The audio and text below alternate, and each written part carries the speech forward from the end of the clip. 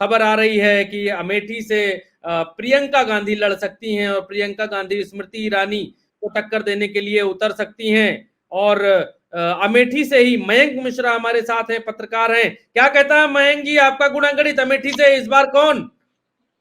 देखिए भरत जी, शाम को 4 बजे करीब आज जो है गौरीगंज कार्यालय, जो कांग्रेस का प्रदेश कार्यालय है, वहां पर जिला कार्यालय, वहां पर एक बैठक हुई। बैठक में जो प्रदीप सिंघल हैं, जिला अध्यक्ष हैं, अमेठी से बनाए गए हैं और काफी पुराने और राहुल गांधी के करीबियों में से हैं। वो तिलोई से एक बार चुनाव भी लड़ चुके हैं। आज इन लोगों ने बैठक में, जितने प्रवक्ता थे, नेताओं ने, सबने बाहर बैठकर धरना प्रदर्शन किया, जो हमारी स्क्रीन पर था, अभी आपने वीडियो दिखाया। लगभग सारे नेता इसमें जो अमेठी के हैं, सब दिग्गज नेता हैं जो अमेठी में पिछले, मुझे लगता है कि 10, 15, 20 सालों से ऊपर कांग्रेस से जुड़े रहे हैं। इन्होंने वहां से नहीं, इन सबकी मांग है कि वहां पर राहुल गांधी या प्रियंका गांधी कोई एक कैंडिडेट आए और अमेठी से चुनाव लड़े।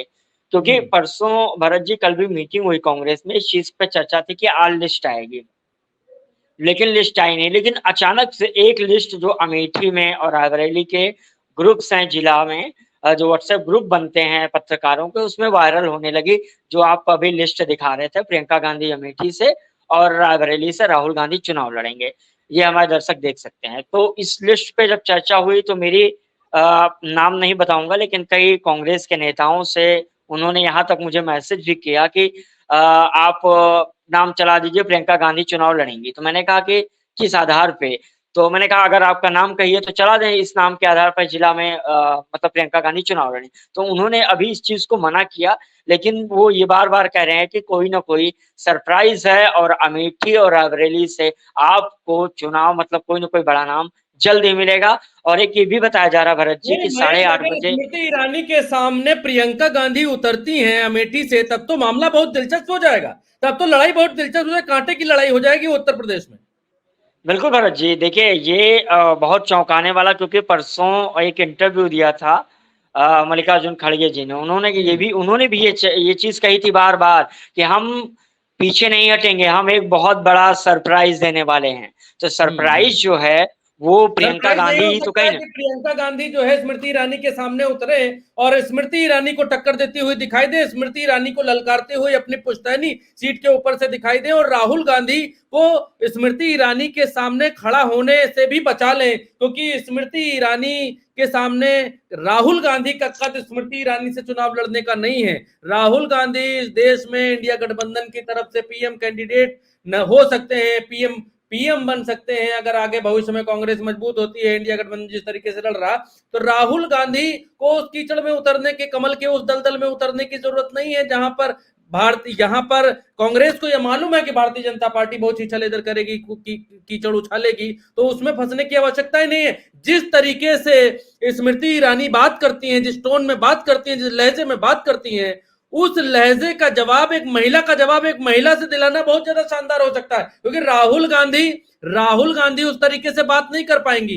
राहुल गांधी उस तरीके से बात नहीं कर पाएंगे, उतना झूठ नहीं बोल पाएंगे, शक्कर 13 रुपए किलो नहीं बिकवा पाएंगे। लेकिन एक महिला को महिला मुंहतोड़ जवाब दे सकती है अमेठी में, और ये ठीक भी रणनीति लग सकती है। बिल्कुल भरत जी, देखिए महिला के सामने महिला उतारेंगे तो सॉफ्ट कॉर्नर मिल जाता है, क्योंकि आप हाँ। लड़ाई जब होती है दोनों बराबर की हो जाती है। और उसके लिए भी देखिए दो चीजें हैं भरत जी वहां पे। लेकिन एक तो भारी महिला पड़ेंगे के फिर सामने। स्मृति ईरानी पर। मुझे लग रहा है कि प्रियंका गांधी भारी पड़ेंगे। प्रियंका गांधी नरेंद्र मोदी के लेवल की कैंडिडेट है, और वो जब स्मृति ईरानी को पानी पिलाने उतरेंगी अमेठी के भीतर, और जिस तरीके से वो नरेंद्र मोदी को इस देश में टक्कर दे रही हैं, पूरे देश में घूम घूम कर, जो अनुभव, जो जो जो जो भीतर विश्वास और जो कॉन्फिडेंस प्रियंका गांधी के ऊपर दिखाई देता है, जो जो जो चीजें दिखाई देती हैं स्मृति ईरानी के भीतर, वो झलकता हुआ दिखाई नहीं देता है। और जो दोनों में टक्कर होगी तो फिर ये टक्कर देखने लायक बन सकती है अमेठी के भीतर। नहीं भरत जी, बिल्कुल ये चुनाव सबसे दिलचस्प हो जाएगा, और अमेठी का चुनाव सबसे ज्यादा दिलचस्प होगा और कांटे का होगा, क्योंकि कांग्रेस बार बार कह रही कि हम सरप्राइज देंगे। एक भरत जी बहुत बड़ी खबर है, अभी अभी आई है कि जो कांग्रेस का अमेठी कार्यालय है, बताया जा रहा है कि ये लिस्ट जो आई है, वायरल हो रही है, ये वहां पर फैक्स के जरिए आई है। ऐसा सूत्र बता रहे हैं, ये वहां से फैक्स के जरिए वहां पर चिट्ठी आई है, जिसके बाद ये चिट्ठी वायरल हुई है। ये किसी ने बना के या वायरल नहीं की है, बताया जा रहा है कि दिल्ली से सीधा ये फैक्स हुआ है अमेठी कार्यालय में, फैक्स के जरिए आई है ये चिट्ठी, लेकिन अभी आधिकारिक रूप से इस चिट्ठी पर बोलने से मना किया गया है सभी को।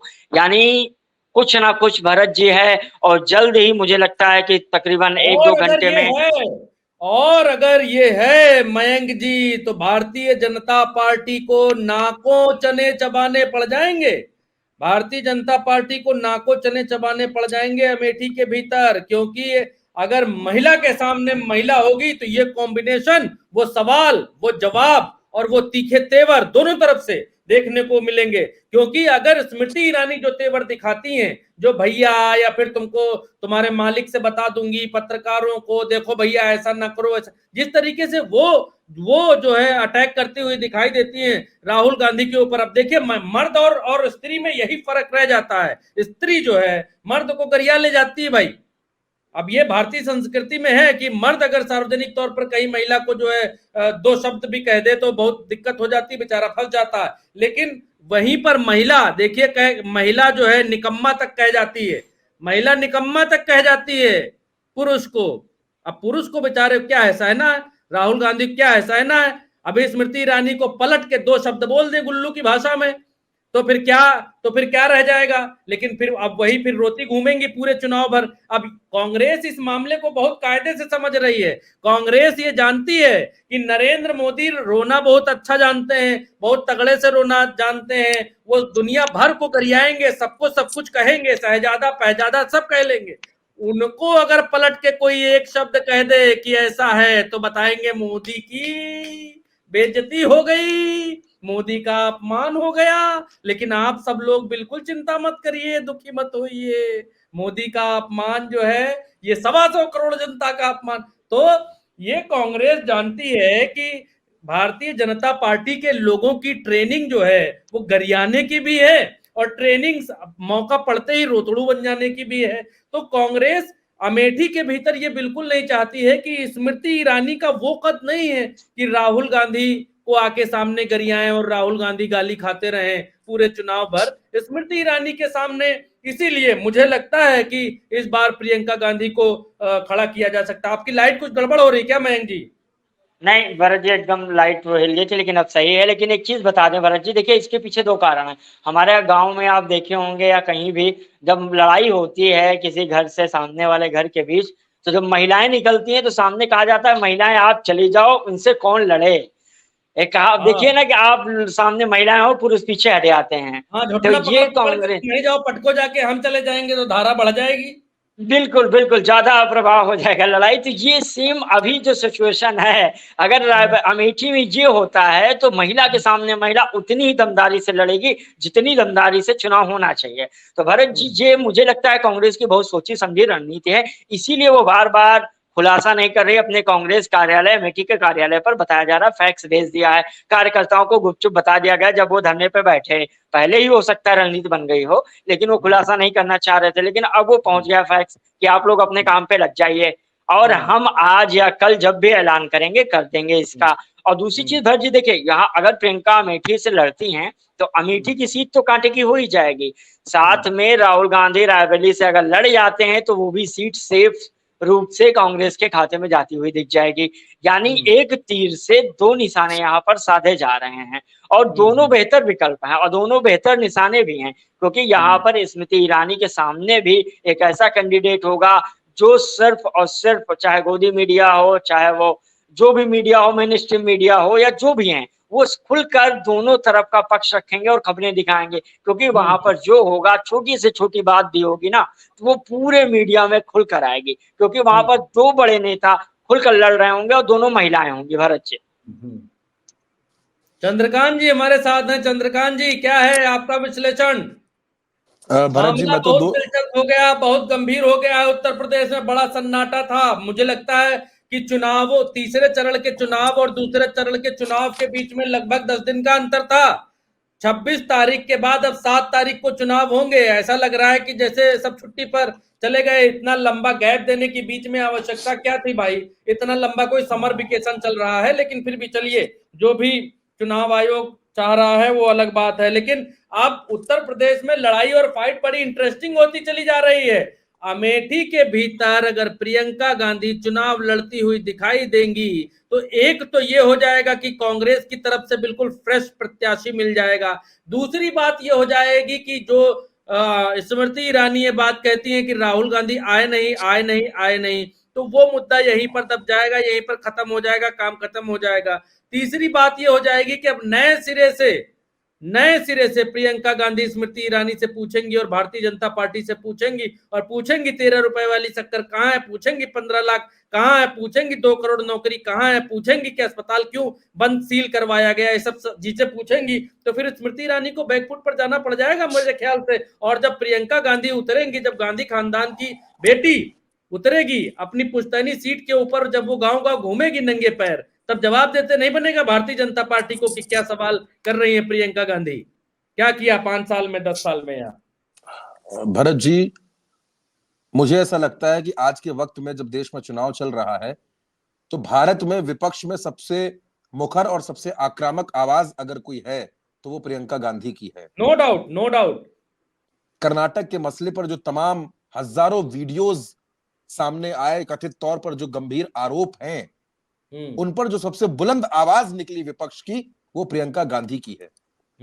और इस देश को यह समझना पड़ेगा कि इस देश को वाकई चुनाव एक प्रियंका गांधी ने कहा, चंद्रकांत जी, प्रियंका गांधी ने यह बात कही कि पूरी भारतीय जनता पार्टी को, इस देश के गृह मंत्री को, नरेंद्र मोदी को यह बात मालूम चल जाती है कि मेरी बेटी पढ़ रही है तो मैं अपनी बेटी से मिलने गई हूं बाहर, ये मालूम चल जाता है कि मैं हवाई जहाज से गई हूं। लेकिन पूरी भारतीय जनता पार्टी को यह मालूम नहीं चल पाता है कि 2500 जो है फिल्में बनाने वाला, ऑस्कर अवार्ड जीतने वाला, गंदी फिल्में बनाने वाला आपका जो है सहयोगी पार्टी का सांसद, वो भाग गया, जर्मनी भाग गया हिटलर के यहाँ। तो वो पता नहीं चला आपको कैसे भाग गया, किसके पास उड्डयन मंत्रालय, हवाई जहाज किसके, हवाई अड्डे किसके, गृह मंत्री कौन है इस देश में, कैसे भाग गया जी एक आदमी 250 अश्लील फिल्में बनाने के बाद, कैसे भाग गया जी?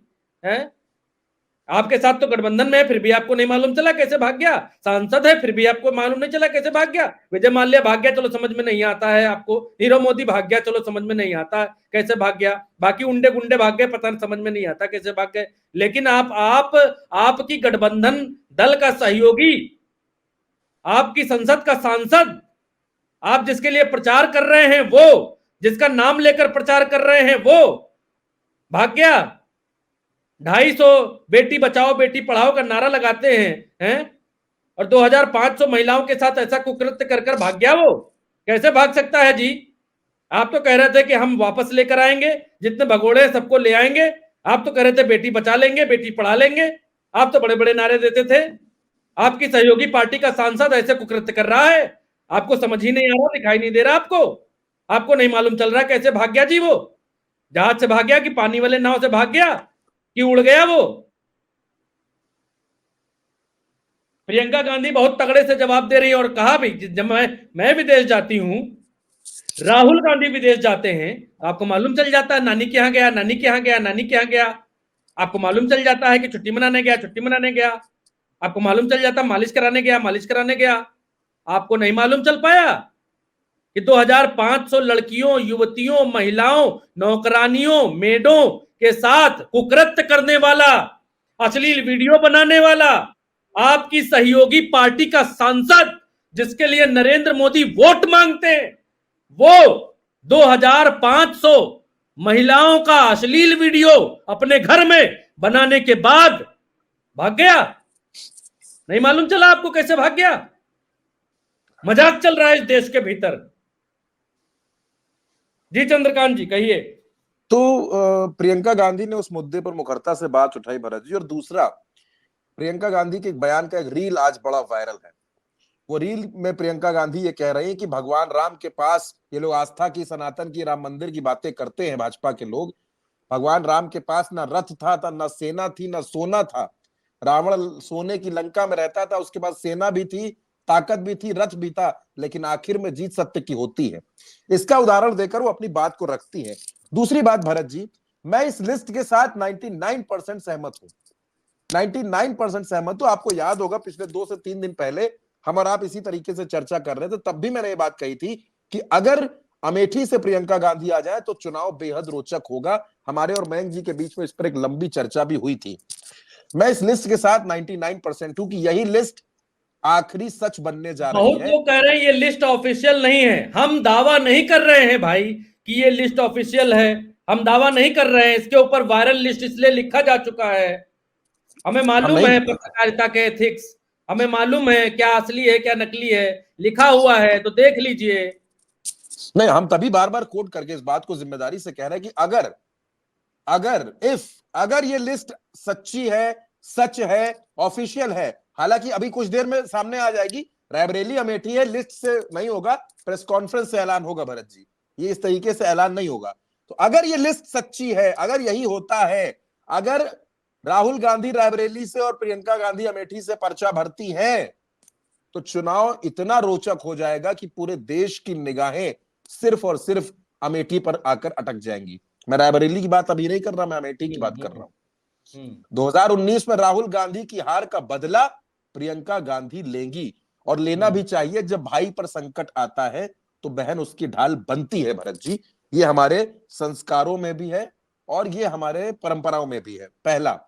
दूसरा भरत जी, एक खबर जो और चल रही है जिसको मैं बताना चाहता हूं, वो ये है कि अमेठी से प्रियंका तो लड़ेंगी। और मैं के पास कोई खबर आई है अमेठी से? भरत जी एक बहुत बड़ी खबर आ रही है कि कांग्रेस थोड़ी देर बाद कुछ लोकसभा उम्मीदवारों की घोषणा करने वाली है अगले आधे घंटे में। अभी देखना होगा कि जो हम लिस्ट चला रहे हैं अमेठी और रायबरेली, क्या उसका भी नाम है।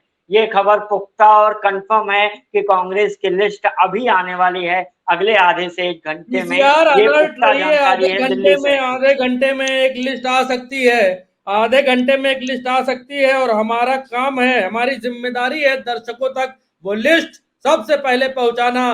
क्या जो ये वायरल हो रही है लिस्ट, क्या यही लिस्ट कांग्रेस की लिस्ट होगी? राहुल गांधी रायबरेली से चुनाव लड़ेंगे और प्रियंका गांधी अमेठी से चुनाव लड़ेंगी, क्या यही फाइनल होगा? क्या इसी पर ठप्पा लगेगा? क्योंकि ये लिस्ट वायरल है और ये लिस्ट हम तक कांग्रेस के वरिष्ठ लोगों के जरिए ही पहुंची है। लेकिन हमने इस पर वायरल इसलिए लिखा हुआ है क्योंकि सामने आकर बताने में अभी उनको झिझक है। अभी उनको ये है कि वो ये बात सामने आकर नहीं कह सकते हैं जब तक पार्टी के आला कमान की तरफ से कोई फाइनल डिसीजन नहीं आ जाता। तो हमने भी कहा ठीक है भाई, आपका आपकी अपनी जो है बाउंड्रीज हो सकती है, हमारी पत्रकारिता में अपनी बाउंड्रीज हो सकती है। फाइनल लिस्ट नहीं कह सकते तो वायरल तो कह ही सकते हैं जी, और जब फाइनल आ जाएगी तो ठप्पा लगा देंगे जी। देखिए चंद्रकांत जी, भरत जी ये लिस्ट तो चल रही है, इसके साथ एक खबर और तैरनी शुरू हो गई है कि प्रियंका गांधी अमेठी से चुनाव लड़ेंगी, इसमें कोई शंका नहीं है। लेकिन रायबरेली में कांग्रेस चौंका सकती है। रायबरेली में एक ऐसा नाम चल रहा है जिसको मैंने देखा है, वो नाम है आशीष कौल। लोगों के मन में अब ये सवाल होगा कि ये आशीष कौल कौन है, तो मैं लोगों को समझा दूं कि आशीष कौल शीला कौल के बेटे हैं।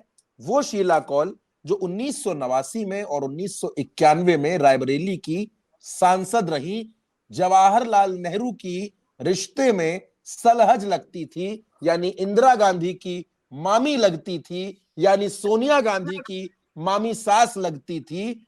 उनके शीला कौल के नाती हैं ये आशीष कौल। इनका नाम रायबरेली में चल रहा है अभी चर्चाओं में। लेकिन ये खबर तब की है जब ये लिस्ट सामने नहीं आई थी, और ये लिस्ट जिसको दावा किया जा रहा है, जो लिस्ट सामने है, ये सच्ची है या फेक है, ये बात की बात है जब तक फाइनल लिस्ट नहीं आ जाती है। लेकिन अगर ये लिस्ट सच्ची है तो रायबरेली में, अमेठी में चुनाव इतना रोचक होगा, क्योंकि प्रियंका गांधी, जो बात भरत जी आपने शुरू में कही थी कि एक महिला पुरुष को कुछ भी कह सकती है, पुरुष एक महिला को जब कहता है तो उसके सामने लक्ष्मण रेखा बांध दी जाती है, पहली बात। दूसरी बात यह है कि प्रियंका गांधी राहुल गांधी से ज्यादा अटैकिंग ओरेटर हैं, वो ज्यादा आक्रामक अंदाज में अपनी बात को व्यक्त करती हैं। और स्मृति ईरानी की, देखिए आप स्मृति ईरानी के सारे भाषणों को सुन डालिए, सारे, मैं कह रहा हूं उनकी राजनीति में आने से लेकर आज तक, सदन में, अमेठी में, चांदनी चौक में, गुजरात में, कहीं भी स्मृति ईरानी कभी भी तथ्यात्मक बात नहीं करती, कभी भी स्मृति ईरानी फैक्टफुल बात नहीं करती। हमेशा स्मृति ईरानी इधर का जोड़ा उधर का रोड़ा वो वाले फॉर्मेट पे काम करती हैं, और जब वो काम करती हैं इसी वजह से उनकी जुबान से ये निकलता है कि 13 रुपए किलो शक्कर मिल जाएगी, क्योंकि आपकी बातों में फैक्ट नहीं है। लेकिन अगर उनकी तुलना, अगर आप तुलनात्मक अध्ययन करिए भरत जी, स्मृति ईरानी और प्रियंका गांधी में, तो प्रियंका गांधी के जितने भाषण हैं आज तक प्रियंका गांधी के किसी भाषण पर प्रश्न चिन्ह नहीं लगा है। जिम्मेदारी भरे भाषण है प्रियंका गांधी के, जिम्मेदारी, नो डाउट जिम्मेदारी भरे भाषण है प्रियंका गांधी के, इसमें कोई दो राय नहीं। जाहिर सी बात है, उसमें तथ्य होते हैं, उसमें प्रमाण होते हैं, और उनमें तर्क होता है, बिना तर्क के कुछ नहीं होता है। अब क्या है कि प्रियंका गांधी नपातुला बोलती है। दूसरा, प्रियंका गांधी पूरे उत्तर प्रदेश का दौरा कर चुकी हैं, एक एक जिले में प्रियंका गांधी गई हैं, वो उत्तर प्रदेश की नब्ज को बारीकी से समझती हैं। अमेठी और रायबरेली में चुनावी प्रचार अभियान का जिम्मा हमेशा प्रियंका गांधी के कंधों पर रहा है। 1999 से लेकर आज तक प्रियंका हमेशा रायबरेली में और अमेठी में प्रचार करती रही हैं। अगर अमेठी के लोगों के लिए राहुल गांधी एक बेटे की तरह हैं, तो प्रियंका गांधी भी उनकी बेटी की तरह है अमेठी में। अमेठी के लोग, अगर कोई ये सोच रहा है कि प्रियंका गांधी रायबरेली में बहुत अच्छा चुनाव लड़ सकती हैं, अमेठी में नहीं लड़ सकती हैं, तो मैं इससे इत्तेफाक नहीं रखता। मैं तो यहां तक कहता हूं कि प्रियंका गांधी अगर अमेठी से चुनाव लड़ेंगी तो इसका असर रायबरेली पर भी देखने को मिलेगा। और अगर ये ऐलान आज हो जाता है भरत जी, जाहिर सी बात है, अगर ऐलान आज नहीं हुआ तो कल सुबह तक, कल दोपहर तक ऐलान होना है, ये साफ है। और ये ऐलान होते ही आप देखेंगे तीसरे चरण का जो मतदान है वो भी प्रभावित होगा राहुल और प्रियंका के ऐलान होते ही, क्योंकि अखिलेश के नाम का ऐलान हो चुका है। अखिलेश चुनाव लड़ रहे हैं, नामांकन कर चुके हैं। डिंपल यादव चुनाव लड़ रही है, यानी गठबंधन के जो मजबूत चेहरे हैं भरत जी, वो चुनाव लड़ रहे हैं। और अब अगर प्रियंका और राहुल चुनाव लड़ेंगे तो ये एकजुटता का संदेश पूरे देश में जाएगा। लोग कह रहे हैं कि रायबरेली से प्रियंका गांधी या अमेठी से प्रियंका गांधी अगर चुनाव लड़ेंगी तो चुनावी प्रचार पर ध्यान नहीं दे पाएंगी, वो चुनाव कैसे लड़ेंगी। देखिए, राजनीति में चुनाव प्रचार एक हिस्सा है, चुनाव लड़ना भी एक हिस्सा है, और नेता को हर हिस्से पर काम करना पड़ता है। अगर ये बात अगर इंडिया गठबंधन की तरफ से या एक मीडिया के एक वर्ग की तरफ से फैलाई जाए तो ये गलत इसलिए है क्योंकि चुनाव लड़ना एक नेता का नैतिक कर्तव्य भी होता है, हर कोई, और चुनाव लड़ने का अधिकार भी होता है भरत जी, मैं इस बात से भी पूरी तरीके से सहमत हूं। लेकिन अब अगर ये जो ऐलान होने जा रहा है प्रियंका गांधी और राहुल गांधी के नाम का, या आप समझ लीजिए ये उत्तर प्रदेश की राजनीति में एक तरीके से उथल पुथल मचाने वाला है, क्योंकि 25 वर्षों से प्रियंका गांधी उत्तर प्रदेश की राजनीति में सक्रिय हैं, प्रत्यक्ष या अप्रत्यक्ष तौर पर। प्रत्यक्ष तौर पर तो उन्होंने 2019 के बाद से जिम्मेदारी लेना शुरू किया, जब वो प्रभारी बनी, और 2022 में उन्होंने पूरी ताकत से चुनाव लड़वाया कांग्रेस को। लेकिन 25 वर्षों की राजनीति में अपनी प्रियंका गांधी पहली बार लोकसभा का चुनाव लड़ने जा रही हैं, इस बात के संकेत मिल रहे हैं। और अगर प्रियंका गांधी चुनाव लड़ती हैं तो भरत जी 55,000 वोटों से स्मृति ईरानी ने राहुल गांधी को चुनाव हराया था 2019 में।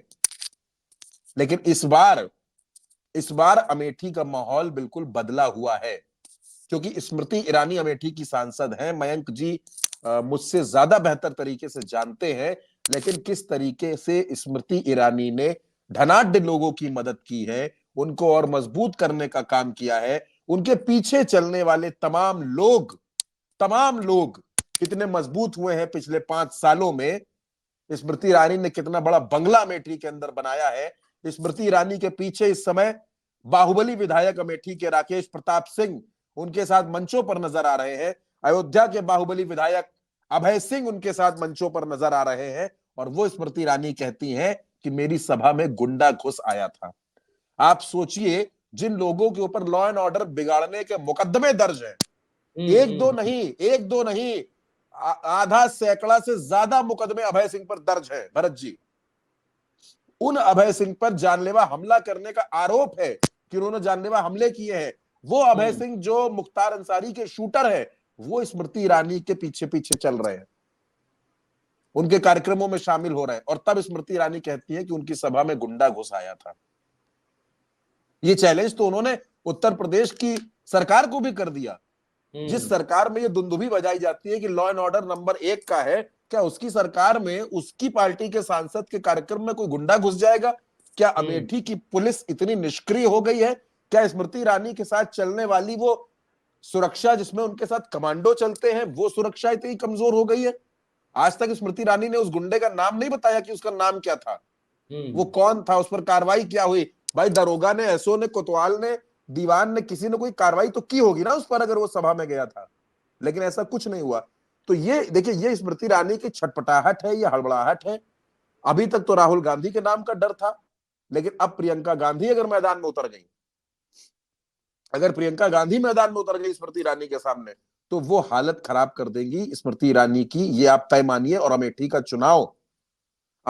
चुनाव, रायबरेली का चुनाव इस देश के ही नहीं दुनिया की नजरों में रहेगा, केंद्र में रहेगा।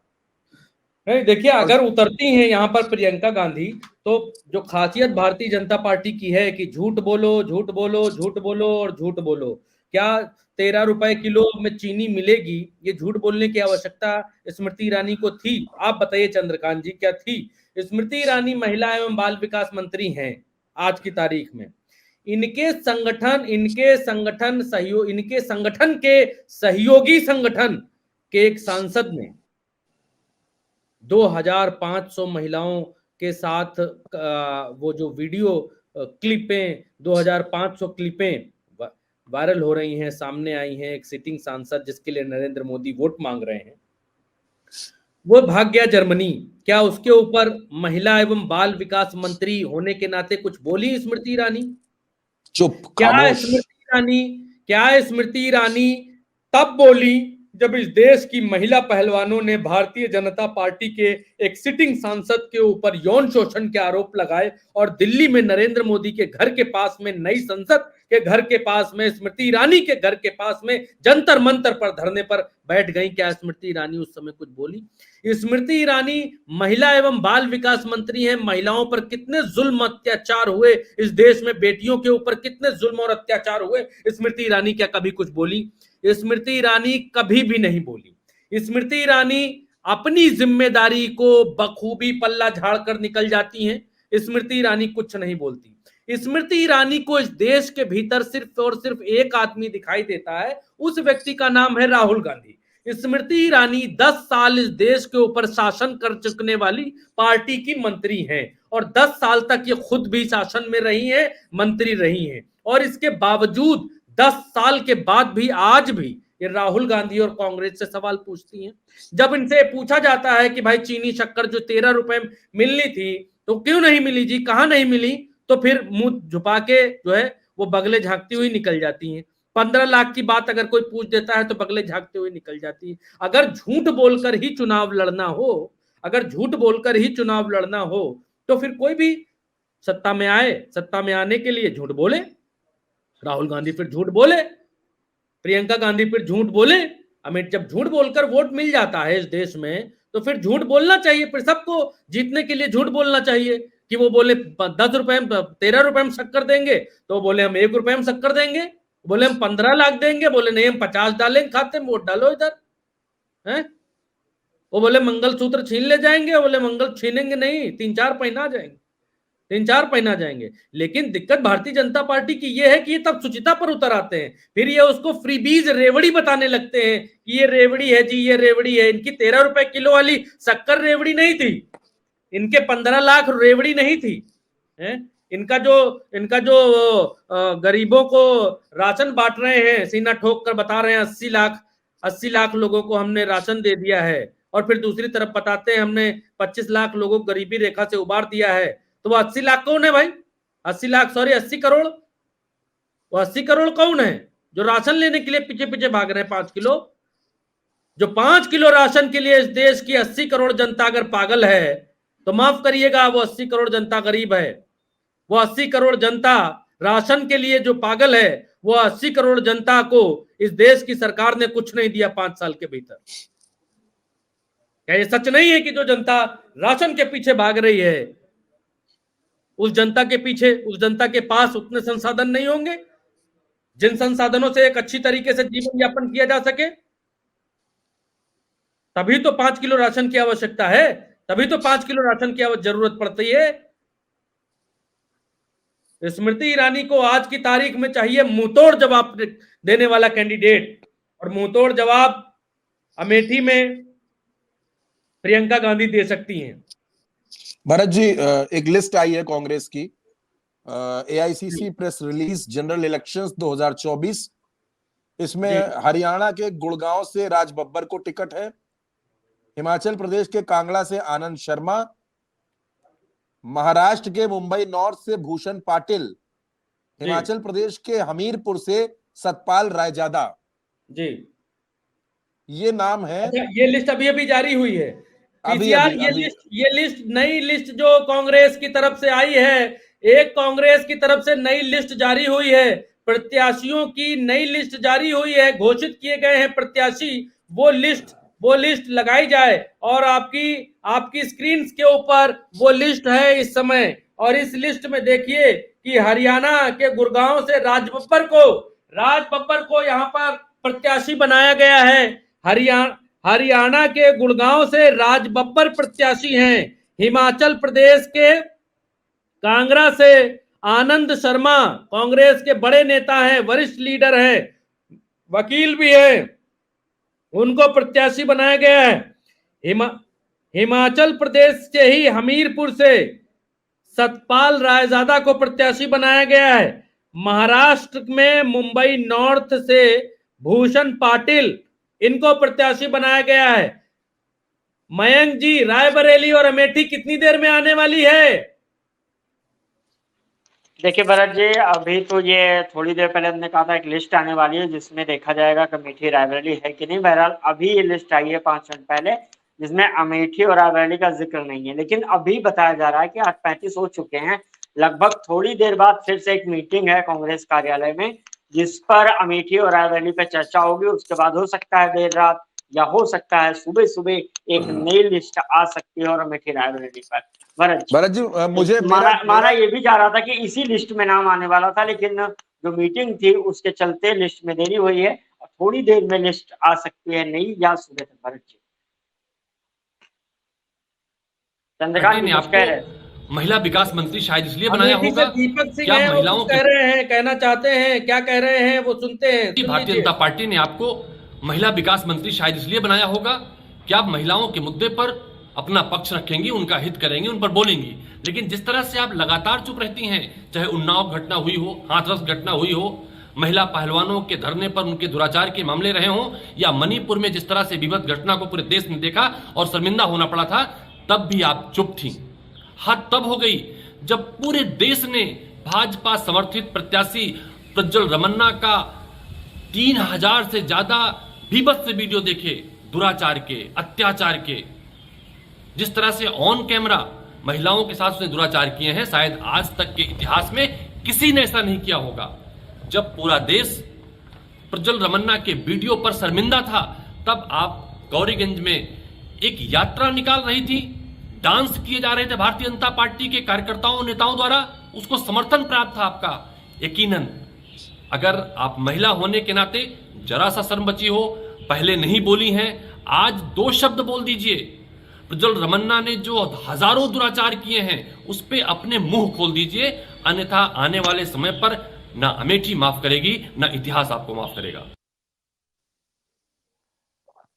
देखिए, यही बात इससे पहले मैंने उठाई थी और यही बात इनकी बात में निकला। एक चीज और है कि एक खबर और आ रही है, चंद्रकांत जी, मयंक जी, एक खबर और आ रही है कि ये लिस्ट जारी हो गई है जो आपके सामने है, और इस लिस्ट के भीतर राज बब्बर को, आनंद शर्मा को, सतपाल रायजादा को और भूषण पाटिल को प्रत्याशी घोषित किया गया है। कांग्रेस की तरफ से हरियाणा की 1, हिमाचल की 2 सीटों और महाराष्ट्र की 1 सीट के ऊपर ये टिकट घोषित किए गए हैं। चार नाम घोषित किए गए हैं, 4 टिकट आज की तारीख में घोषित किए गए हैं, और अभी मीटिंग चल रही है। मयंक जी, ये कहा जा रहा है कि इसके बाद उत्तर प्रदेश की 2 सीटों के ऊपर क्या नाम निकल कर आता है, वो भी चर्चा चल रही है। रायबरेली और अमेठी के ऊपर कांग्रेस फाइनल डिसीजन लेने के लिए चर्चा कर रही है और कुछ ही देर में ये कहा जा रहा है कि कुछ ही देर में रायबरेली और अमेठी पर कांग्रेस अपना अपना स्टैंड क्लियर कर देगी, कांग्रेस अपना स्टैंड साफ कर देगी। मयंक जी, क्या है और आगे की अपडेट? देखिए भरत जी, बिल्कुल कांग्रेस में ये चीज है, क्योंकि 3 तारीख लास्ट डेट है अमेठी में नामांकन की। आप खुद ही देख लीजिए, समय बहुत कम बचा है और जहां तक है आज ही आनी थी लिस्ट, लेकिन कांग्रेस में कुछ मीटिंग्स लेकर, कुछ बात को लेकर, चर्चाओं को लेकर ये देरी हुई है। तो कल ये लिस्ट भरत जी हर हाल में आ जाएगी। दोनों जगहों पे जो काफी दिनों से इंतजार था वो खत्म हो जाएगा। हो सकता है भरत जी, जैसे इस लिस्ट में आना था, बहरहाल अभी नहीं नाम आए हैं, लेकिन आने वाली लिस्ट हो सकता है देर रात भी जारी हो जाए, हो सकता है थोड़ी देर में जारी हो जाए, हो सकता है कि सुबह तक जारी हो जाए। ये मान के आप चलिए कि अभी से काउंटडाउन शुरू हो चुका है। सुबह तक में कभी भी, किसी भी वक्त, किसी भी समय कांग्रेस की अगली लिस्ट गिर सकती है, जिसमें अमेठी और रायबरेली का पूरी तरीके से जिक्र होगा और कौन लड़ेगा इस पे भी फाइनल होगा। बहरहाल जो सूत्र बता रहे हैं, अमेठी से प्रियंका, रायबरेली से राहुल गांधी चुनाव लड़ सकते हैं। भरत जी जी चंद्रकांत जी, क्या है आपके पास, कुछ है अपडेट क्या? देखिए भरत जी, अगर लिस्ट जारी करनी होती तो लिस्ट अब तक जारी कर दी गई होती। देखिए कोई बहुत बड़ी माथापच्ची इसमें नहीं है। रायबरेली और अमेठी में कोई बहुत बड़ी माथापच्ची नहीं है और लिस्ट तो एक सामने आ ही चुकी है भरत जी। बस ऑफिशियल अनाउंसमेंट होना बाकी है, ये पता चलना बाकी है कि वो लिस्ट असली है या फेक है। और मुझे ऐसा देखिए, अगर घोषित करना होता तो कांग्रेस इसी सूची में घोषित कर सकती थी, इसी सूची में घोषित कर सकती थी, या पहले ये सीटें इतनी इंपॉर्टेंट थी कि रायबरेली अमेठी से पहले इनको अनाउंस कर किया जाए। मुझे तो ऐसा नहीं लगता। ये रायबरेली अमेठी से ज्यादा नहीं, इंपॉर्टेंट मुझे लगता है नाम तय हो गया है, मुझे लगता है नाम तय हो गया है और सिर्फ ये देखा जा रहा है कि भाजपा रायबरेली से किसे, अब पहले आप वाला मसला है कि रायबरेली से भाजपा किसे उतारती है। अगर भारतीय जनता पार्टी रायबरेली से किस कैंडिडेट को उतारती है, ये भी कांग्रेस देख रही है कि अगर भारतीय जनता पार्टी किसी को उतारती है तो उसके स्थान पर वैसा कैंडिडेट रायबरेली से या अमेठी रायबरेली से दिया जाए। देखिए मयंक ये जी आपकी बताइए, बिल्कुल क्या बिल्कुल क्या सही कुछ बात कहना है। चाह रहे हैं? मयंक जी कुछ कहना चाह रहे हैं, बताइए।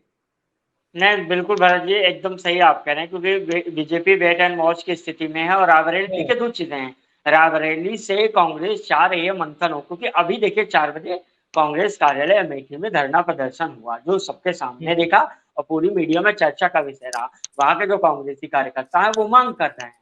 दीपक सिंह ने अभी बयान भी दिया है कि मैं चाहूंगा राहुल गांधी अमेठी से चुनाव फिर लड़े, अभी बयान है।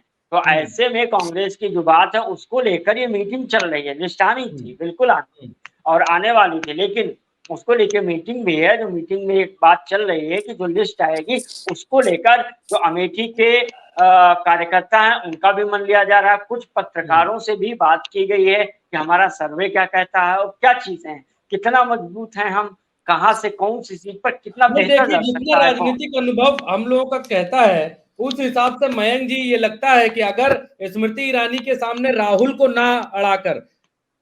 ना लड़ाकर अगर प्रियंका गांधी को उतारा जाए तो मेरे ख्याल से रणनीतिक तौर पर कांग्रेस का ये डिसीजन बहुत सही रहेगा और बड़ा मजबूती से कांग्रेस चुनाव लड़ सकती है अमेठी के ऊपर, क्योंकि राहुल गांधी को स्मृति के सामने उतारने का मतलब यही है कि फिर पत्थरबाजी कीचड़ में होगी और उसके बाद कीचड़ उछलेगा और राहुल गांधी उतनी मजबूती के साथ एक महिला को डिफेंड करेंगे भी नहीं।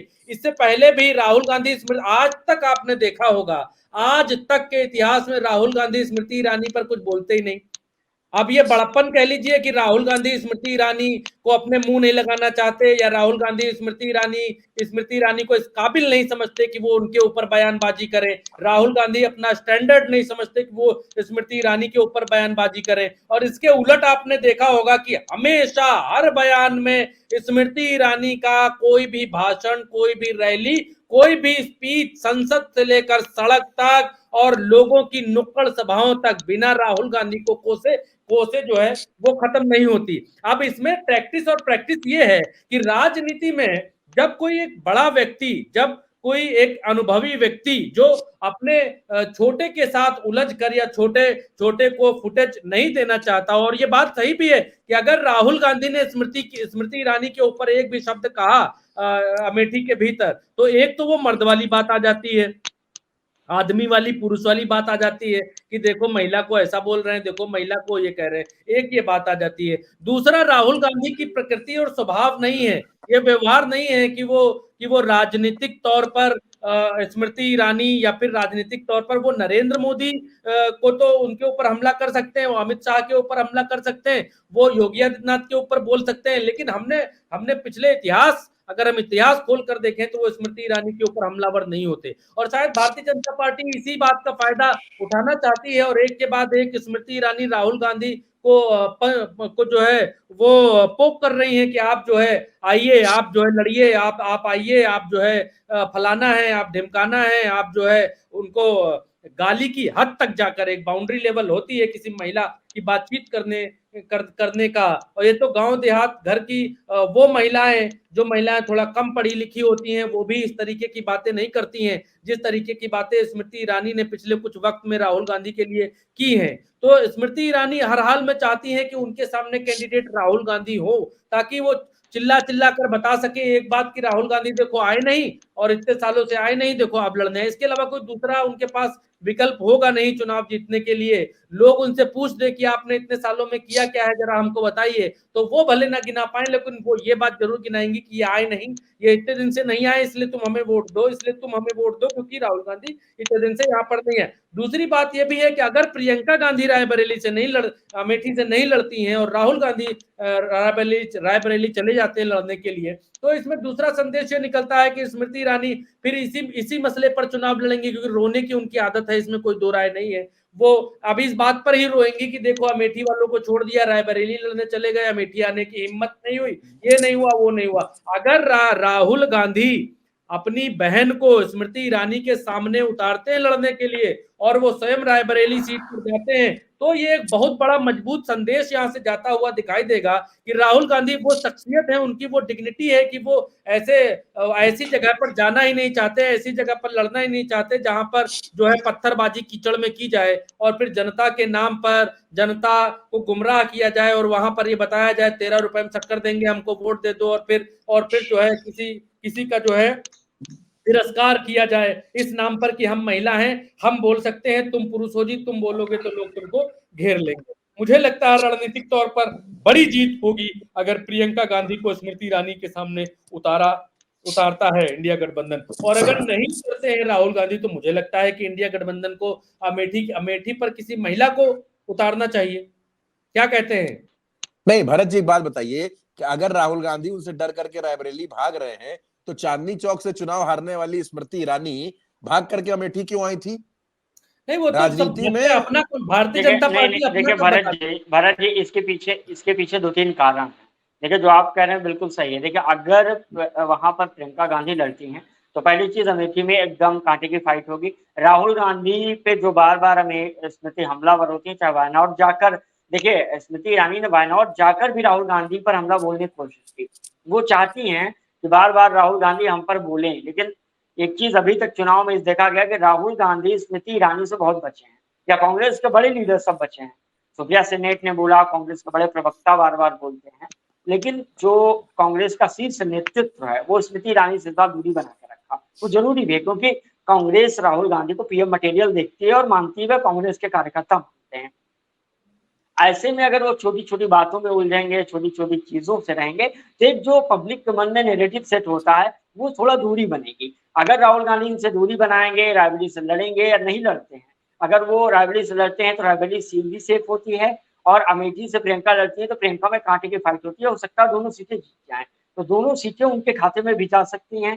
प्लस राहुल गांधी का जो एक ऑरा है वो भी बेहतर हो सकता है कि वहां की सीट से जीते। और आने वाले समय में, क्योंकि कांग्रेस और बीजेपी दो ही बड़ी पार्टियां हैं, शीर्ष नेतृत्व जो है या तो बीजेपी का पीएम बने हैं मोदी, या अगला अगर बनेगा तो राहुल गांधी या प्रियंका गांधी में से एक पीएम मटेरियल होगा। तो ये एक बेहतर होगा कि जो जीती हुई, चाहे वायनाड हो चाहे रायबरेली, दोनों से राहुल गांधी जीत कर जाते हैं और जनता के बीच चुन के जाते हैं। और एक जो राहुल गांधी की छवि थी तो अभी पहले से बहुत बेहतर हुई, जिसे बीजेपी ने एजेंडे के तहत बनाया था और उसमें काफी सुधार हुआ है। वो राहुल गांधी जी अब नहीं चाहते दोबारा अमेठी जाके, मुझे लगता है नहीं जाना चाहिए अमेठी जाके, उस छवि में फिर से दोबारा से वही तू मैं वही बहस भरत जी, और ये बेहतर होगा उन्हीं के लिए पार्टी के लिए और कांग्रेस के लिए भी, क्योंकि अब वो उस चीज से ऊपर उठ चुके हैं और उस चीज से आगे हो चुके हैं, क्योंकि अगर वो छोटी छोटी बातों में उलझेंगे, छोटे छोटे नेताओं से लड़ेंगे या आपस में करेंगे तो वो बेहतर नहीं होगा। बल्कि वो एक बड़े लेवल पे पीएम मोदी की बात आएगी तो राहुल गांधी जी जवाब दें, बहुत अच्छा लगेगा।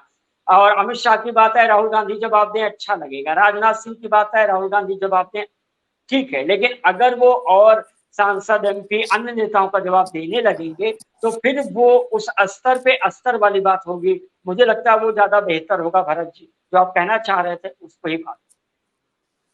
देखिए, एक चीज और है कि कुछ लोग ये बात कह रहे हैं कि स्मृति ईरानी ने राहुल गांधी को हराकर जो है भगा दिया, स्मृति ईरानी से राहुल गांधी हार कर चले गए, स्मृति ईरानी बड़ी मजबूत है। देखो, पहली बात तो यह है कि स्मृति ईरानी ने नहीं हराया है, अमेठी की जनता ने हराया है। निर्णय अमेठी की जनता के पास है। स्मृति ईरानी कोई डंडा लेकर, लाठी लेकर नहीं उतरी थी। स्मृति ईरानी जो है हाथ में पंचिंग बैग और पंचिंग वो बॉक्स लेके नहीं उतरी थी लड़ने के लिए कि मार फाइट पटकी पटका करने के लिए उतरी थी। अमेठी की जनता को लगा कि राहुल गांधी नहीं उनके काबिल हैं, तो राहुल गांधी को हरा दिया। और अब अमेठी की जनता के पास ये विकल्प होना चाहिए कि वो ये देखे कि पिछले 5 साल में 13 रुपए किलो शक्कर देने वालों ने क्या किया है अब तक। क्या 13 रुपए में शक्कर दे पाए हैं कि नहीं दे पाए हैं, कि झूठ बोले हैं अब तक केवल। तो जनता को ये देखने का भी विकल्प तो होना चाहिए उनके पास, एक मजबूत कैंडिडेट होना चाहिए उनके पास अमेठी में। ऐसा नहीं है कि इस देश में झूठ बोलकर, इस देश में झूठ बोल बोलकर जनता को बार बार बेवकूफ बनाया जा सकता है। एक बार बनेगी, 2 बार बनेगी, 3 बार बनेगी, 4 बार। काठ की हांडी बार बार नहीं चढ़ती है, और काठ की हांडी बार बार नहीं चढ़ती है। दूसरी बात ये भी है, पाप का घड़ा फूटता जरूर है, एक ना एक दिन फूटता जरूर है, टूटता जरूर है। और एक बात और है कि ये अमेठी से प्रियंका गांधी के लड़ने पर जो दर्शक हैं बहुत भारी मात्रा में कमेंट कर रहे हैं कि ये बात सही है कि अमेठी से प्रियंका गांधी को लड़ाया जाना चाहिए, राहुल गांधी को इस कीचड़ में नहीं उतरने देना चाहिए। कीचड़ का मतलब अमेठी से नहीं है, कीचड़ का मतलब उस राजनीतिक स्टाइल से है जिस राजनीतिक स्टाइल से अमेठी में स्मृति ईरानी और देश में नरेंद्र मोदी चुनाव लड़ते हैं, कीचड़ फेंको वाली राजनीतिक स्टाइल से। उस स्टाइल में, उस जगह पर राहुल गांधी को नहीं फंसना चाहिए। बहुत लोग ये बात कह भी रहे हैं कि राहुल गांधी पीएम कैंडिडेट हैं, उनको स्मृति ईरानी के मुंह नहीं लगना चाहिए। और ये बात भी सही है कि प्रियंका गांधी को उतारकर ये जवाब भी देना चाहिए कि स्मृति ईरानी को घमंड जो हो गया है, उनका घमंड भी तोड़ना चाहिए। और बहुत लोग ये भी कह रहे हैं कि अमेठी के भीतर ऐसा नहीं है कि पूरी अमेठी भाजपामय हो गई है। यहाँ पर स्मृति ईरानी को हराकर दिल्ली भेजने के लिए आधी जनता जो है वो तैयार बैठी है, बस मजबूत कैंडिडेट का इंतजार कर रही। जी हाँ, और बिल्कुल यही बात है कि लोग जो है मजबूत कैंडिडेट ढूंढ रहे हैं। लोगों को भी मालूम है, देखिए राजनीतिक तौर पर आज लोग मूर्ख नहीं हैं, राजनीतिक तौर पर आज लोग जीरो नहीं हैं। आज लोगों को पीसीआर इस वीडियो का ऑडियो बढ़ा दिया जाए, ये जो बगल में वीडियो लगा हुआ है इसका ऑडियो बढ़ाया जाए। आज के दौर में लोग भी ये बात, मयंक जी अच्छी तरीके से जानते हैं, लोग भी ये बात अच्छी तरीके से जानते हैं कि स्मृति ईरानी के खिलाफ अगर लड़ने के लिए कोई आता है तो फिर वो मजबूत ही आना चाहिए। ऐसा नहीं है कि किसी भी खग्गा पेम्मा को उठा के तुम भेज दो अमेठी को, जाओ लड़ लो और स्मृति ईरानी हार जाएंगे। स्मृति ईरानी 100 बातें हैं कि भले वो झूठ बोल रही हो, भले वो झूठ बोलती हो, जब भले उनको अपनी जो है राजनीतिक शुचिता की कोई मर्यादा की कोई परवाह ना हो, भले वो राहुल गांधी के लिए आप शब्दों का इस्तेमाल करती हो, भले वो अपने हार के डर से बौखलाई हो, वो अलग बात है। लेकिन स्मृति ईरानी छोटी मोटी कैंडिडेट नहीं है। स्मृति ईरानी पार्षद पद की प्रत्याशी नहीं है, 10 साल तक वो मंत्री रह चुकी हैं। उनके पीछे नरेंद्र मोदी का हाथ है, भारतीय जनता पार्टी है, उत्तर प्रदेश में भी सरकार है, देश और डबल इंजन की सरकार है, डबल इंजन की सरकार में भी पीछे आरएसएस का हाथ है। जब इतनी सारी शक्तियां एक स्मृति ईरानी के पीछे लगी हुई हो, तब उस स्मृति ईरानी के सामने कोई छोटा मोटा कैंडिडेट भेजने से काम चलेगा भी नहीं। और इसीलिए ये जो वीडियो आपके सामने है, इसीलिए ये जो वीडियो चल रहा है, जहां पर लोग राहुल गांधी की मांग अमेठी में कर रहे हैं, कह रहे हैं कि राहुल गांधी लड़े आके यहाँ। तो छोटा मोटा कैंडिडेट की बात नहीं कर सकती है अमेठी के भीतर, बड़े बड़े कैंडिडेट की जरूरत है, बड़े कैंडिडेट की जरूरत है जो जो पूरे पावर से लड़ सके यहाँ पर। छोटे मोटे प्रत्याशी से काम चलने वाला नहीं है, और राजनीति में लोग ये बात बहुत अच्छी तरीके से जानते हैं, चाहे वो अमेठी हो चाहे रायबरेली हो। सुनिए, राहुल गांधी अमेठी मांगे राहुल गांधी।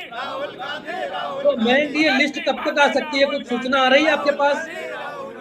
देखिए भरत जी, एक लिस्ट आनी थी जो अभी आ गई है। अब यही है, मीटिंग के बाद कांग्रेस के ऊपर डिपेंड करता है कि वो लिस्ट कितनी देर में कब आ सकती है। हम आपको बता रहे हैं भाई कि कहिए तो हम उठें और डिबेट खत्म करें, लिस्ट आ जाए, कहिए पूरी रात ना आए और कहिए सुबह आए।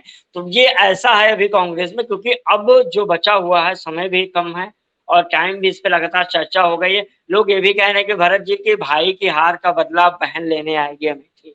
तो कई तरह की चीजें हैं, तो ये सब भी चल रहा है। तो ये सब अब जो है वो आखिरी स्टेज पे है चुनाव, क्योंकि अमेठी में भी समय कम बचा हुआ है और चुनाव लड़ने के लिए मांग भी तेज हो चुकी है। आज कांग्रेस कार्यकर्ता जब मुखर होके आए तो इस बात की चर्चा बहुत ज्यादा उठी है कि इन दोनों में से किसी एक को अमेठी से लड़ना चाहिए, तभी जो है चुनाव में कांग्रेस, इससे देखिए भरत जी, कांग्रेस कार्यकर्ताओं का मनोबल मजबूत होता है, क्योंकि वो चाहते हैं। और अमेठी का हर कांग्रेस कार्यकर्ता, मैंने बहुत लोगों से बात की, तो वो यही कहते हैं कि नहीं भैया, आप चाहे प्रियंका लड़े चाहे राहुल लड़े, दोनों में से एक कोई लड़े, बस हारे जीते वो बात की बात है। जीत हार तो होती रहती है, चुनाव है। इंदिरा गांधी भी चुनाव हारी थी, अटल जी भी चुनाव हारे थे।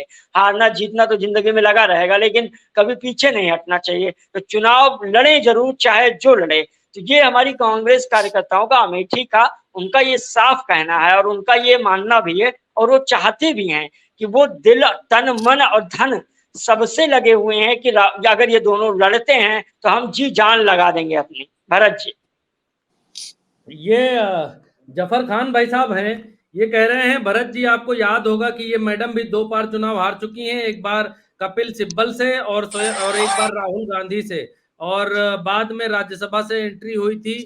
ये कोई अजयी कैंडिडेट नहीं है, ये कहना है जफर खान का। बिल्कुल सही बात कह रहे हैं, हार जीत तो लगी रहती है, वही बात ये भी कह रहे हैं, वही बात ये भी कह रहे हैं कि हार जीत लगी रहती है, अजय कैंडिडेट नहीं है। अमरता का वरदान, अजयता का वरदान लेकर नहीं आई है स्मृति ईरानी। जनता ही हराती, जनता ही जिताती है। और जिसको ये दम्भ और ये अहंकार हो जाता है कि मैं हूं, तो दम तो रावण का भी नहीं टिका था, रावण का भी दम नहीं टिका था भाई साहब, रावण के भी हार लगी थी।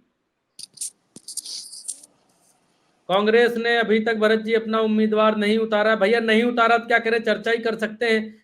सूची की जानकारी हुई थी, जो सूची आपके सामने है, कांग्रेस ने 2 नाम छोड़ के बाकी सारे नाम दे दिए हैं। तो अब क्या किया जाए भाई साहब, ये सूची आपके सामने फुल करके लगाए दे रहे हैं, ये देखिए, ये है फुल सूची। अब ये हो रहा था कि अभी सूची जारी होने वाली है, प्रोग्राम में ही सूची आ गई। पुख्ता खबर तो थी कि सूची जारी होने वाली है, प्रोग्राम के बीच ही ये सूची आ गई असली। लेकिन अब अमेठी और रायबरेली की नहीं आई है। मयंक जी कह रहे हैं हो सकता है रात में आ जाए, हो सकता है कल आए, हो सकता है सवेरे सवेरे आ जाए। तो अब आने का क्या है, आने का क्या है भैया, आने का मसला तो यही है कि लड़की बस और ट्रेन का इंतजार नहीं करना चाहिए। डिबेट 1 घंटे की हो जाए तो 1 घंटे करके जो खिसक लेना चाहिए, क्योंकि आगे भी आपको वीडियो हमको बताने ही है, दिखाने ही है, बनाने ही है। हमारे आगे पीछे हम लोगों के कोई बहुत बड़ी सल्तनत तो लगी नहीं हुई है। हम लोग भी आप तक जो है सच्ची खबर लाने के लिए तड़पड़ाते रहते हैं और मेहनत करते हैं कि आपको सच बताया जाए। गोदी मीडिया के झूठ प्रपंच और प्रोपेगेंडा में आपको फंसाने की बहुत भयंकर कोशिशें चल रही हैं, आप जान ही रहे हैं। आपको बताना क्या है कि दीन दुनिया के ऐड भी चल रहे हैं। तो अब सच्चे पत्रकार का धर्म यही है कि सच्चाई आपको बताए कि क्या हो रहा है, वो आपको दिखाए, ये बताए कि जो है अमेठी में स्मृति ईरानी 11 रुपए 13 रुपए किलो जो है वो शक्कर लेने के नाम पर चुनाव जीती। तो शक्कर कहाँ गई, क्या शक्कर मिली अमेठी के लोगों को, अमेठी के लोगों को क्या मिला? उसके लिए तो मयंक जी बैठे ही हुए हैं। स्मृति ईरानी जी ने अपना घर बनाया अमेठी के भीतर और घर का जो है गृह पूजन किया, और उसके बाद आपके सामने है। अब यही चर्चा है कि भाई अमेठी में स्मृति ईरानी के सामने प्रियंका गांधी अगर उतरे तो हो सकता है कि भाई महिला महिला वाली टक्कर हो सके। लेकिन अगर महिला महिला वाली टक्कर नहीं होगी, महिला पुरुष वाली टक्कर होगी, तो आप सब लोग उत्तर प्रदेश और भारतवर्ष के ही निवासी हैं, भारत के ही वासी हैं। आपको मालूम है कि महिला और पुरुष में क्या अंतर होता है। महिला और पुरुष की जब लड़ाई होती है तो पुरुष बेचारा मार ही खाता है और क्या करता है। और स्मृति ईरानी को, बिना स्मृति ईरानी को गाली दिए राहुल गांधी इसी अमेठी से स्मृति ईरानी को हराकर दिल्ली भेज चुके हैं। ऐसा भी नहीं है कि राहुल गांधी ने स्मृति को हराया नहीं है। स्मृति ईरानी इससे पहले भी हार चुकी है। अभी हमारे एक दर्शक हैं वो बता रहे थे कितनी बार हार नहीं, चुकी हैं। बिल्कुल भट्ट जी, 2014 का चुनाव राहुल गांधी से हुआ था और स्मृति ईरानी चुनाव हारी थी। उससे पहले दिल्ली में कपिल सिब्बल के सामने चुनाव हारी है। ऐसा नहीं है, देखिए हम वही बार बार कह रहे हैं कि इंदिरा गांधी भी चुनाव हारी थी, अटल जी भी चुनाव हारे थे, जो देश के प्रधानमंत्री रहे हैं। तो ये सब चीजें हार जीत चलती रहती है, लेकिन चुनाव में उतरना चाहिए। लेकिन 3 सीटें ऐसी हैं भरत जी, प्रवीण मिश्रा जी हैं, अमेठी, रायबरेली। कह रहे हैं, प्रवीण मिश्रा कह रहे हैं इस बार तो अमेठी से हारना तय है। पिछली बार तो लोग धोखे में फंस गए थे। इस बार लोगों को समझ में आ चुका है कि कांग्रेस पार्टी ने ही पूर्व में काम किए हैं और आगे भी लोगों की उम्मीदें बंधी हैं। प्रवीण मिश्रा जी ने ये कमेंट किया है। मिश्रा जी ये बात कह रहे हैं तो फिर कुछ दम होगी ही। मयंक मिश्रा जी। जी भरत जी, देखिए अमेठी और रायबरेली की वही मैं बात हूँ, 3 सीटें आज हैं यूपी की जो सबसे हॉट सीट हैं, अमेठी, रायबरेली और कैसरगंज। ब्रजभूषण को भी हम नहीं भूल सकते हैं। उनकी भी सीट पे कोई सुगबुगाहट नहीं मिल रही किसी भी पार्टी की। ऐसा लग रहा है कि वहां पे भी सांप सूंघ गया, चुनाव है ही नहीं। उस सीट पर लग रहा है कि चुनाव है ही नहीं भरत जी, कैसरगंज पे ये हाल हो गया है बीजेपी का कि वहां से कैंडिडेट नहीं घोषित कर पा रहे हैं। हाँ, अब वहां पर भारतीय जनता पार्टी को न जाने ऐसी क्या दिक्कत आ गई है कि भारतीय जनता पार्टी, चलो अमेठी रायबरेली समझ में आता है कि रायबरेली कांग्रेस नहीं घोषित कर रही, वो देख रही भारतीय जनता पार्टी किसे घोषित करेगी।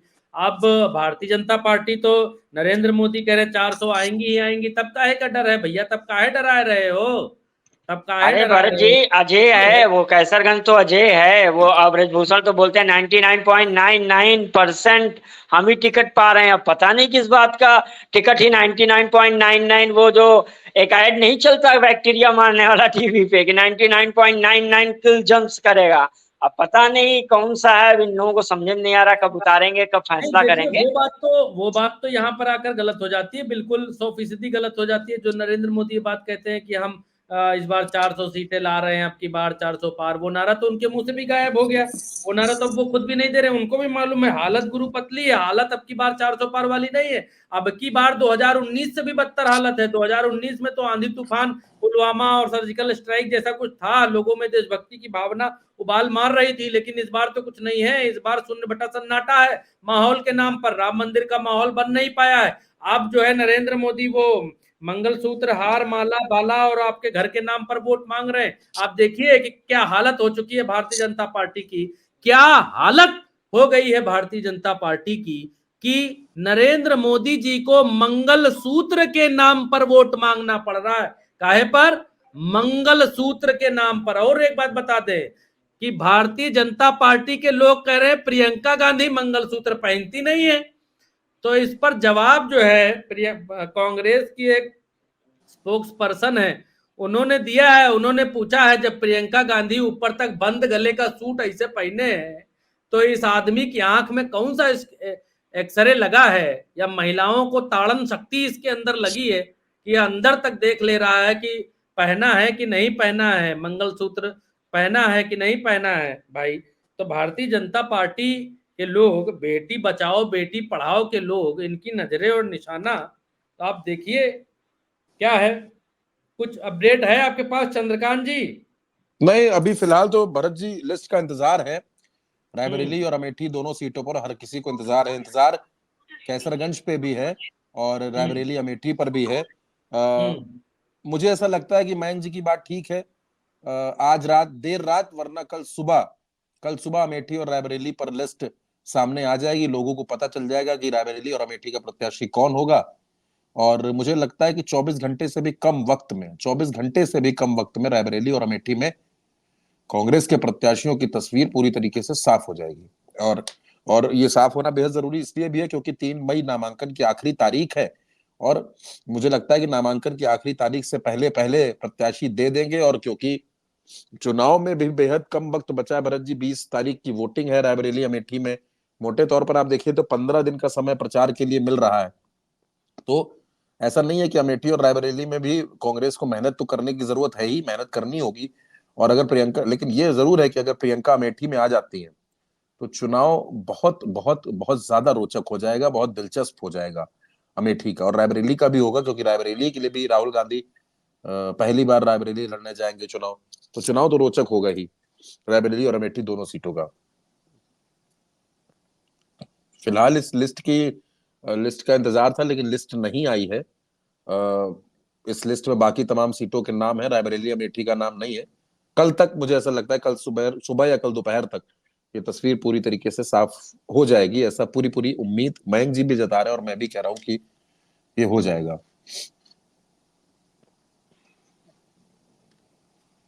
भरत जी आप म्यूट हैं, भरत जी आप म्यूट हैं। अच्छा, मुझे लगता है कि इस अभी इस लाइव में इतने पे एंड करना चाहिए। अगर अभी लिस्ट आती है इसके बाद तो हम लोग फिर आपके सामने हाजिर होंगे और फिर से आपके सामने आ जाएंगे। लेकिन अब कब तक इंतजार किया जाए बहुत लंबा, कब तक आप लोगों को लेकर बैठा जाए। अब लिस्ट आनी थी, लेकिन लिस्ट आई है और इस लिस्ट में 4 नाम है, लेकिन अमेठी और रायबरेली का नाम नहीं हो सकता है। सुबह अगर आती है तो फिर हम आपके सामने हाजिर होंगे तुरंत तत्काल, जैसे ही आती है। अभी इस चर्चा में हमें इजाजत दीजिए और सच को फैलाइए, कैसा भी सच हो। आज की तारीख में पहले लोग ये कहते थे कि लोगों को पानी पिलाओ, पानी पिलाने से बड़ा पुण्य कोई नहीं है। भूखा आ जाए उसको खाना खिलाओ, खाना खिलाने से बड़ा पुण्य कोई नहीं है। तीसरा था कि गरीबों की मदद करो भाई, इससे बड़ा पुण्य कमाना है, इससे बड़ा पुण्य कोई नहीं है।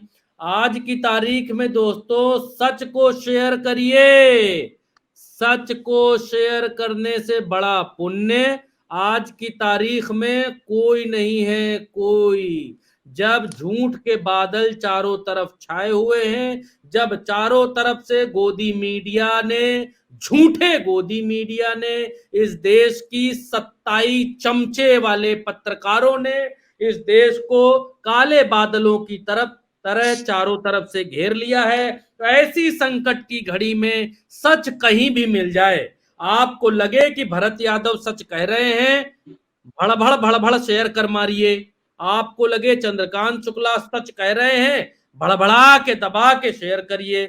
आपको लगे कि किसी और चैनल पर कोई सच कह रहा है, उसको भी शेयर कर मारिए भड़भड़ा के। मैं अपने लिए नहीं कह रहा हूं कि मुझे शेयर कर मारिए।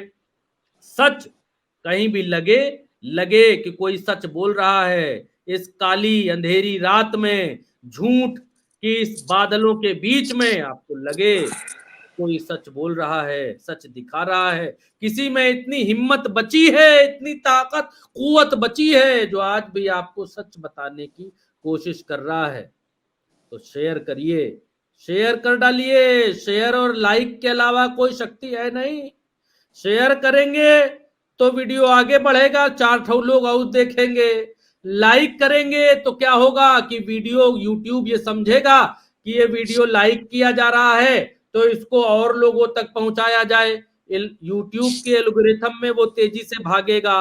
लाइक और शेयर की डिमांड, दरख्वास्त और इल्तजा और जो भी रिक्वेस्ट, प्रार्थना, निवेदन जो आप कह लीजिए, वो इसीलिए करते हैं ताकि छोटी शक्ति होने के बावजूद भी गोदी मीडिया के झूठ, प्रपंच और प्रोपेगेंडा से आपके भरोसे, आपके शेयर के भरोसे, लाइक के भरोसे, सब्सक्राइब के भरोसे सच आगे बढ़ सके, आगे कई लोगों तक और पहुंच सके।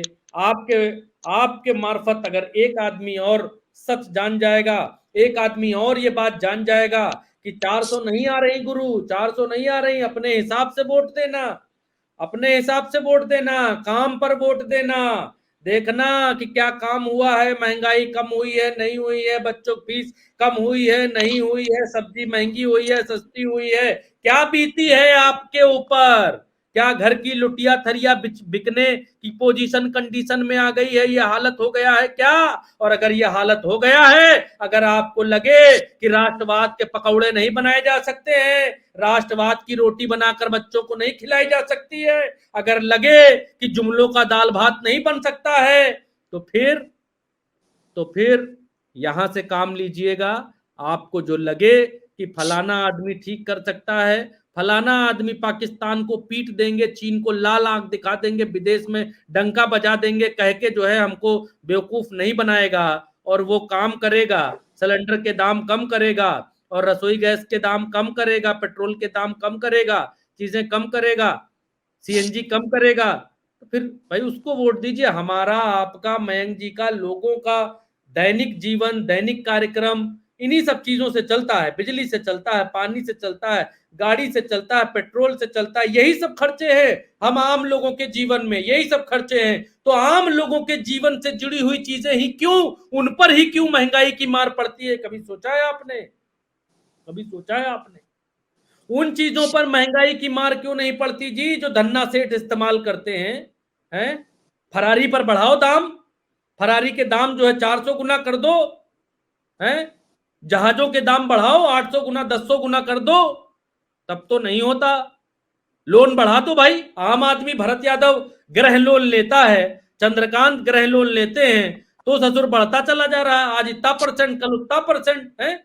भरत यादव लोन लिए थे 60%, 7% पे, 7% पे घर का लोन भरत यादव लिए थे, हैं? आज की तारीख में उस लोन की कीमत 9% के आसपास पहुंच गई। जिस लोन की किस्त 24,000 रुपए शुरू हुई थी, उस लोन की किस्त आज की तारीख में 29,000 पहुंच गई है। महंगाई कहां है? यही हर जगह छुपी हुई है। धन्ना सेठों का कर्जा माफ हो गया जी। इसी देश में हुआ ना। भारतीय जनता पार्टी के लोगों, भारतीय जनता पार्टी समर्थित लोगों और भारतीय जनता पार्टी के जो फॉलोअर्स हैं, अगर वो भी देख सुन और समझ रहे हैं तो सुनिए, इसी देश में हुआ ना कि धन्ना सेठों का कर्जा माफ कर दिया गया, कहीं और तो नहीं हुआ। आम आदमी का इस देश में गृह कर माफ हो गया, लोन माफ हो गया क्या? चलिए, कार का लोन आपने लिया होगा तो अय्याशी के लिए लिया होगा, लेकिन घर तो आदमी अय्याशी के लिए नहीं लेता है, रहने के लिए लोन कराता है, पूरी जिंदगी घिसता है लोन की किस्त भरने के लिए। 30-30 साल की लोन की किस्त बनती है, बढ़ता जा रहा, वो बढ़ता जा रहा, बढ़ता जा रहा। महंगाई की मार सब लोन पे आ गई है, सब्जी पे आ गई है, दाल पे आ गई है, पेट्रोल पे आ गई है। धन्ना सेठों का कर्जा माफ हो रहा। इस देश में कोविड शील्ड वाला जो इंजेक्शन है, वो आम आदमी को लगाने के लिए कोविड शील्ड वाला जो कंपनी वाला है, सीरम इंस्टीट्यूट का मालिक, वो भारतीय जनता पार्टी को 52 करोड़ रुपए देता है जी। और उसके बाद उसी की वैक्सीन सबसे ज्यादा लगती है इस देश में, और उसकी कंपनी जो है 80% ज्यादा ग्रोथ कर डालती है, मुनाफे में चली जाती है। धन्ना सेठ बन जाता है वो आदमी। इस देश में भारत बायोटेक भी तो थी, कोवैक्सीन वो भी तो बना रही थी। मोदी जी ने जिसका वैक्सीन लगाया, विदेश में पता चला, विदेश गए, पहुंचे, वहां कोर्ट में पहुंचे तो पता चला कि ये इस कोविड शील्ड के भीतर तो ऐसी ऐसी चीजें हैं कि इसको लगवाने के बाद हृदयघात हो सकता है, खून के थक्के बन सकते हैं। कंपनी ने मान लिया कोविड शील्ड वाली कि हमारी वैक्सीन में ऐसी ऐसी दिक्कतें हो सकती हैं लोगों को। पटापट भुट्टे की तरह लोग मर रहे हैं भारत में। कोई डांस करते हुए मरा जा रहा, कोई रावण का रोल करते हुए मरा जा रहा, कोई रामलीला में हनुमान बना है मरा जा रहा, कोई डांडिया खेलते हुए मरा जा रहा, कोई ट्रक चलाते हुए मरा जा रहा, कोई मीटिंग में बैठा मरा जा रहा, हार्ट अटैक आया जा रहा। कोई फर्क पड़ रहा सरकार को? कोई जवाब आया सरकार की तरफ से? पूछिए अपने दिल से, अपने दिल से पूछिए, और अपने दिल से पूछने के बाद फिर जवाब दीजिए कि क्या करना है। राष्ट्रवाद के नाम पर, देशभक्ति के नाम पर सीमत बनिए, दिमाग से सोचिए। कोई सैलाब नहीं आ रहा, कोई तूफान नहीं आ रहा, कोई सुनामी नहीं आ रही, कोई लहर पहर कुछ नहीं है। यहां से सोचिए, वोट दीजिए, लहर आप बनाएंगे, जिसकी भी बनाएंगे आप बनाएंगे, जिसकी लहर आप बनाएंगे उसी की लहर बनेगी। कोई दो राय नहीं है इसमें। कोई माइकल लाल पैदा नहीं है जिस देश में जो मुंह से कह के लहर बना ले। जनता के हाथ में है लहर, जनता की उंगली के हाथ में है लहर। जिधर उंगली दबेगी उधर लहर जाएगी, और जनता इस देश की मालिक थी, है और रहेगी। कोई माइकल लाल आके इस देश को नहीं बता सकता, कोई माइकल लाल आके इस देश का संविधान नहीं बदल सकता। ये सब इस देश के लोगों की उंगली में है, लोगों की उंगली में पावर है। सुनामी, तूफान, जलजला जो है वो उंगली में है, तो सही जगह उंगली का इस्तेमाल करिए।